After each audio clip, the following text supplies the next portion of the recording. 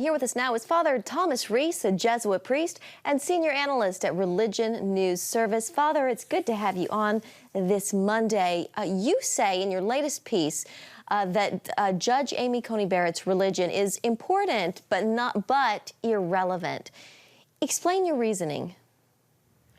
Well, I think as your viewers know, religion has influenced American politics since the very beginning.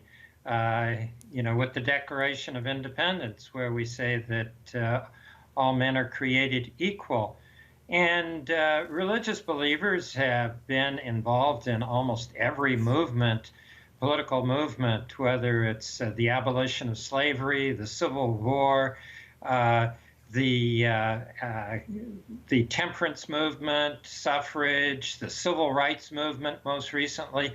And we've actually seen religious believers on both sides of these issues often. So to say that religion has no impact and has no influence on American politics is simply naive. On the other hand, is it relevant when you're looking at someone who's been nominated? Is it important why they vote the way they do, or is it important how they actually vote?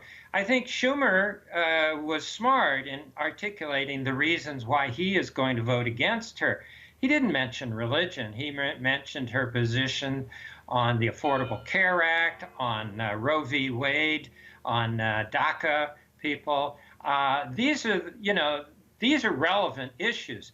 What her religion has to do with how she thinks about these issues is not relevant. It's what her actual positions are in her judicial philosophy.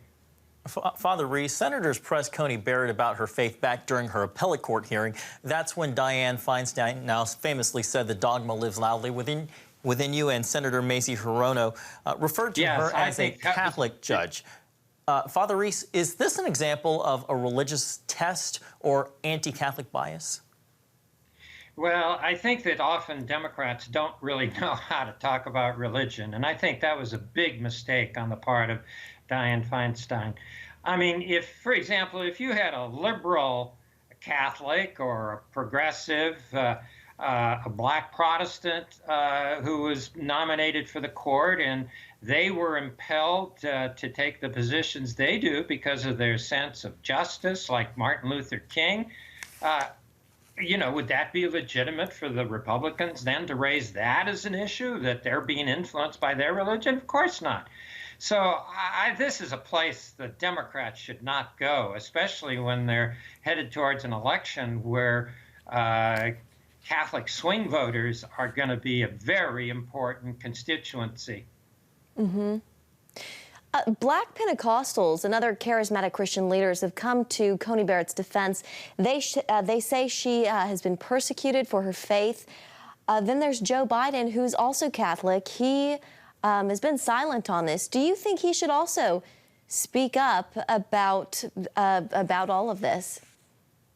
Well, I think all politicians should say that, there is no religion test for anyone who's nominated, but there's no problem with being against a nominee who is Catholic or who is Baptist or who is Buddhist or whatever, if the reasons you're against them is because you disagree with the way they would make decisions on the court.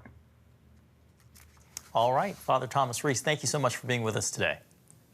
Good to be with you.